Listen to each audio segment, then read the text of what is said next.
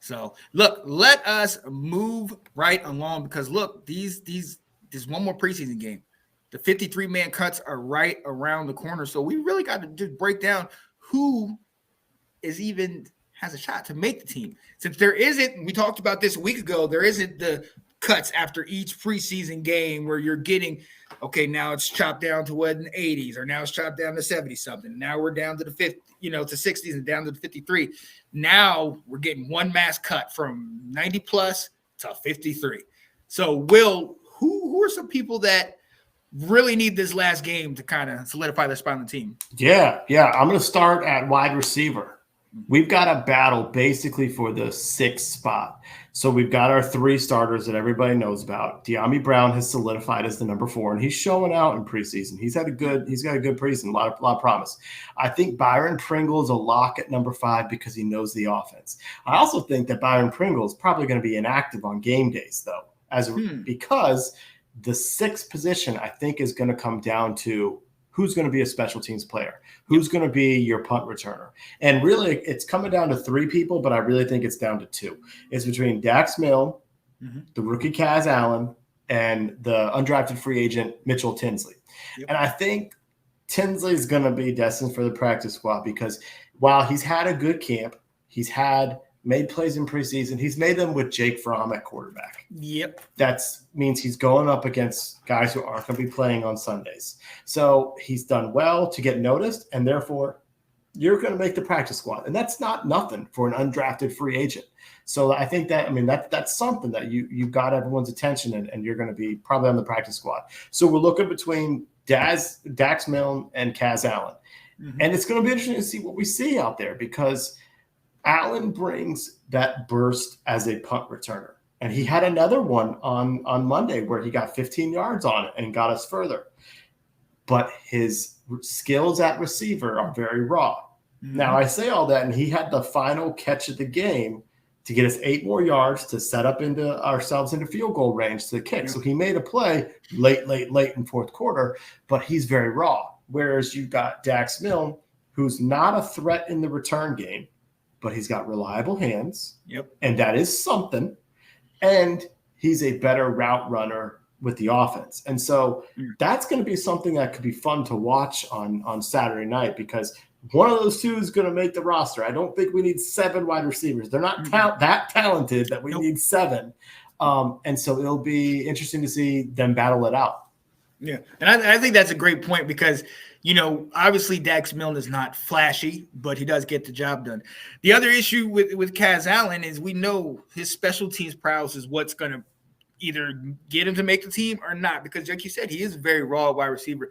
This man started at a running back at UCLA, and then they converted him over to wide receiver. They had him just doing basically kickoff returns. Now, he's a threat in the kickoff return game, but he wasn't a punt returner that much. So it makes you wonder, can he play not only that wide receiver position, but also playing that return and be a weapon. Now we've seen he gives us more yards off the return per average than Dax Milne does. But like you said, there are certain things that we need. We need hands. We need a guy that's going to run his routes, that knows the offense, that type of thing. So for me, it's leading towards what the guy that could do a little bit more, which in my opinion is Kaz Allen, because what we need is that threat on special teams, in my opinion. So yeah, we need a little something better. And like you said, Mitchell Tinsley is kind of destined for the practice squad because I haven't heard much.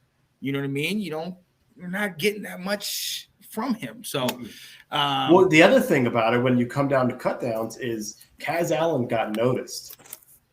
Dax Milne. So if you cut Kaz Allen, he might not make the practice squad. Yeah. You can cut Dax Milne, and he'll probably make your practice squad. No team's going to be like, oh, let's go get that guy, Yeah. So another place that I have, and this is going to be interesting, because if you technically look at it, you and I think, have the same amount as tight end. We both have 3. But my main issue is that we've noticed Logan Thomas has been having major injury issues since last year. They're starting to kind of get him back in the fold, but he really hasn't been able to fully get his legs under him. We're hoping that he's going to be the day one starter, but we don't know.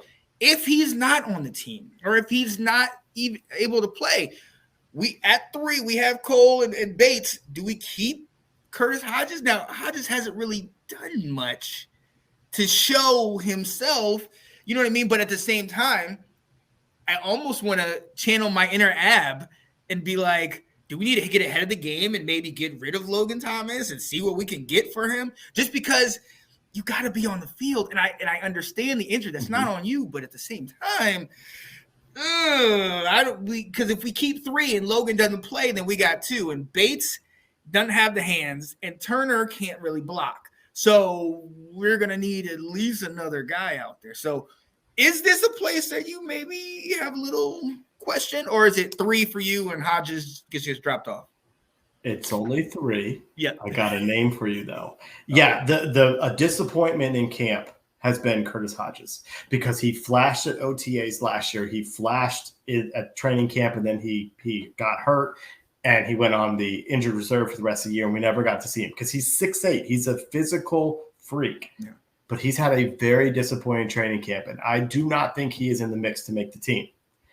But you mentioned what happens because Cole Turner is known a little bit more as a receiver, although he is improving significantly in his blocking.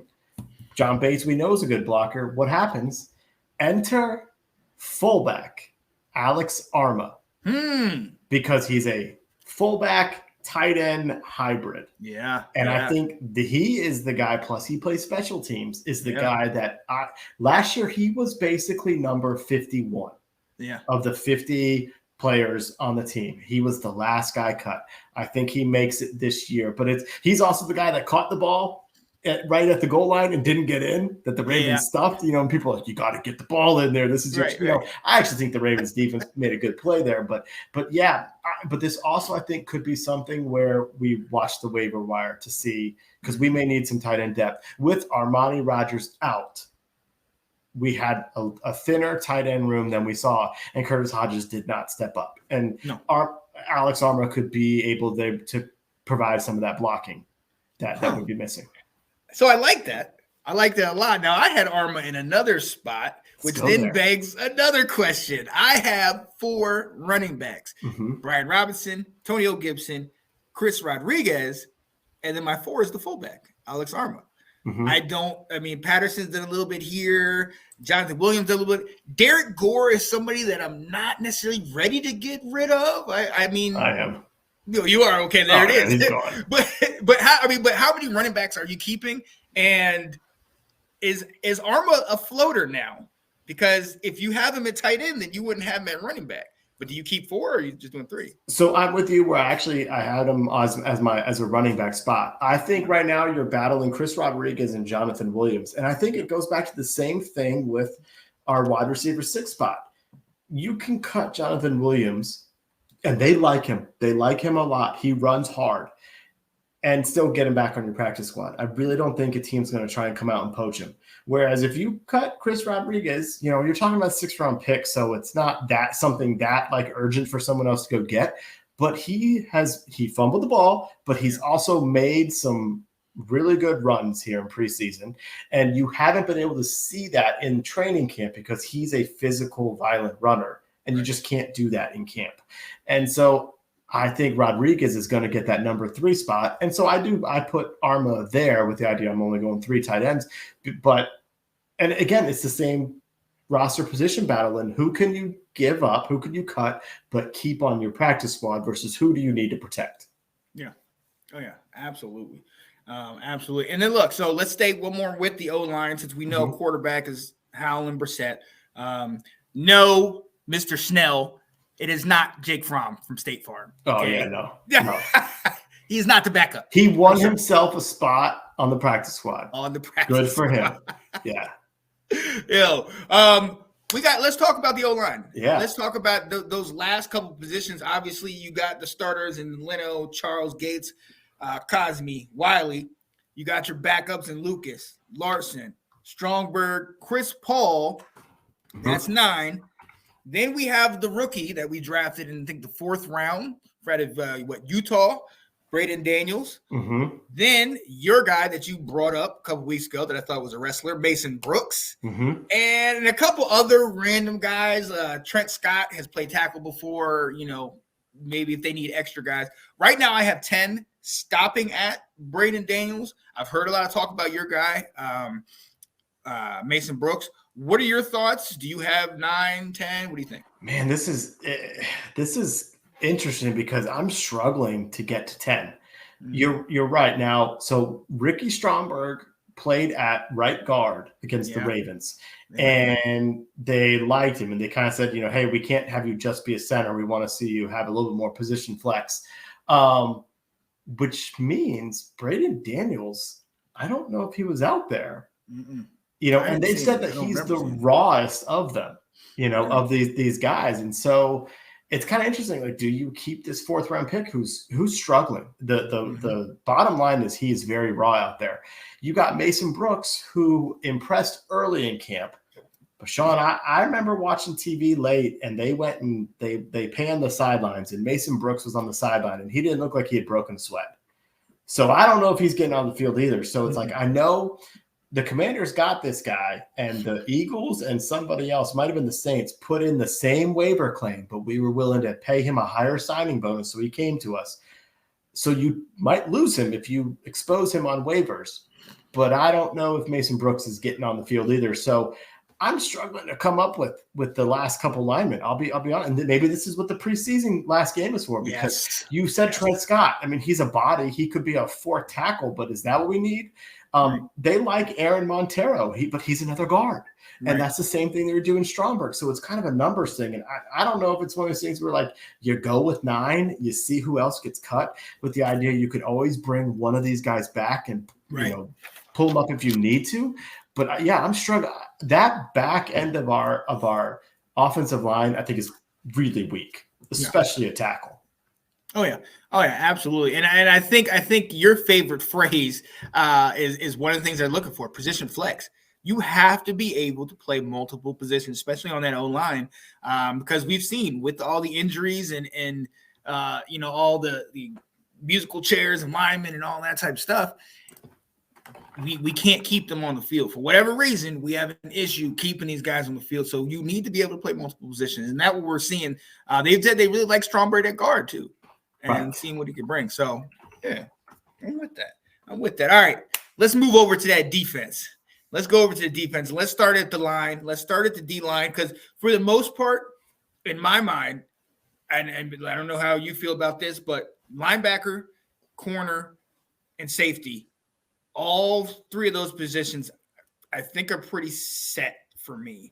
I don't know that there's much that people can do. Like, I know I was talking to, shout out to Anton Benton. What up, Anton? Talking to him about corner. And I showed him my list of 6, and he was talking about, well, what about Wild Goose? And I was like, he's got some experience, but we brought him in last year at the kind of end once we, guys got hurt. He struggled last year. He knows kind of what's going on, but he's not my top 6 guys, What do you think? So do you have anything in linebackers, corners, safeties? Well, DBs, questions? We'll start there. I'm with you. I mean, the difference being is how hurt is Danny Johnson? They said he was once again having a solid camp. He's a veteran. He knows what he's doing. So how hurt is Danny Johnson, that got hurt in the joint practices with the Ravens? I think Christian Holmes is ahead of Wild Goose on the depth chart. So it's basically, is Wild Goose going to get squeezed out, which right now I think he would. I don't think anybody on safety is going to squeeze in there. I mean, we obviously know about our starters, Cam Curl and Derek Forrest. We know about Jeremy Reeves and Percy Butler. Those are our 4 core. Terrell Burgess has played in the league before. Josh Kalu, they brought in just last week. He's played in the league before, but I don't think they're going to show enough to make it. So I think you're right there. Like, DBs are pretty solid. What I'm not sure about is linebacker. If it was me, you and I would be taking just the 4 guys with Mayo and Hudson as our backups. And I think that makes the most sense. But does Mr. No Face Milo Eifler get on there, or does Deshaun Harris make it? And they both made it last year. So could they potentially keep 5 that we are not aware of there. That might be one that slips in there. But I would go with 4. I would go with the 4 that we had. I got those. I got David Davis, Barton, Clinky Right. Hudson, and Mayo. Like, Exactly. I just don't see. Well, and like you said, they have the other guys. They might want to fill in, but yeah, I got it at 4. So my biggest area of not concern, but maybe focus is the place you talked about last week, that defensive line. Mm-hmm. We know what our starters, Montez, Chase, Jonathan Allen, and Deron Payne. Ridgeway is definitely getting a lot of love. You talked about him before. F.A. Obata, Big Phil, Casey Toohill, and James Smith-Williams. These are all familiar names. We've seen them, and looks like they're going to retain their spots. Now, there's about 2 or 3 names towards the end that we've talked about. Obviously, your guy, Benny Potato. Mm-hmm. You know what I mean? That dude. KJ Henry and Andre Jones Jr. Obviously, Andre Jones Jr. has been on everybody's board. They just showing how good he is. Love his length and his size, the way he's able to use that. As opposed to KJ Henry, somebody I like coming out of the draft, who a lot of times you don't see a lot of what he does because it's a lot more power, and it's a lot more insight, so you can't really gauge that as well. Right now, my number 10 would go to Andre Jones Jr. But this is where, like I told you before, my 53 is kind of at 52 because it's like, is this where we keep maybe an extra guy? Because KJ Henry, 5th round, draft pick.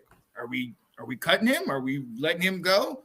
Or do we keep him and, keep him on the spot? I like him there. I would go 11 if you really pushed me. But if we're stopping at 10, Andre Jones is ahead of KJ, in my opinion. I'm with you 100% there. I think Andre Jones has shown a lot more potential. They admitted that he has surprised them. They knew he was raw and had some speed, but they were pretty surprised by what he can do. And so I think he's your 10th defensive lineman. And I'm with you. KJ Henry, could he be 11? If you don't take a 5th linebacker, you have the ability to choose KJ Henry, Rashad Wildgoose, who might you want? And I think that's when it starts becoming a special teams issue. And if one of those linebackers makes it, it's probably because of the ability to play teams.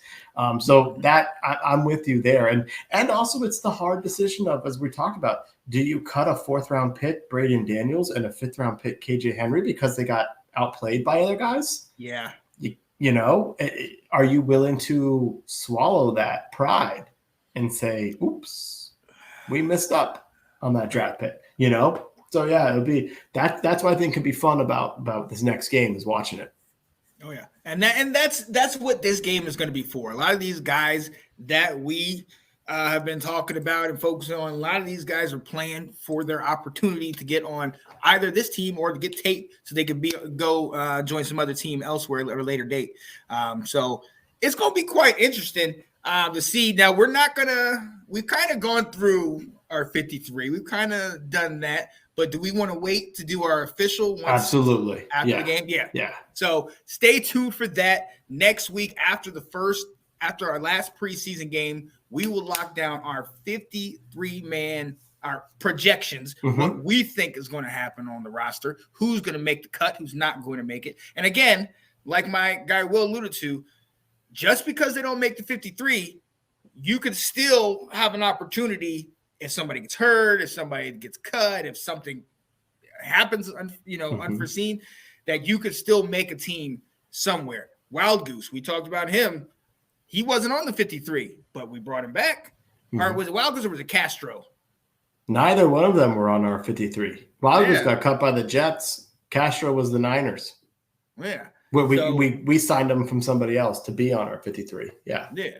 So, you always have a shot at it. So, keep going. And I love this. This is when they're hungry. This is when you see guys that are playing for some of them, maybe their football lives. Yeah. And they're putting it out there. So, we're definitely look forward to that. Dun, dun, dun, dun, dun, dun, dun, dun. Let's go. The Washington Commanders. There it is.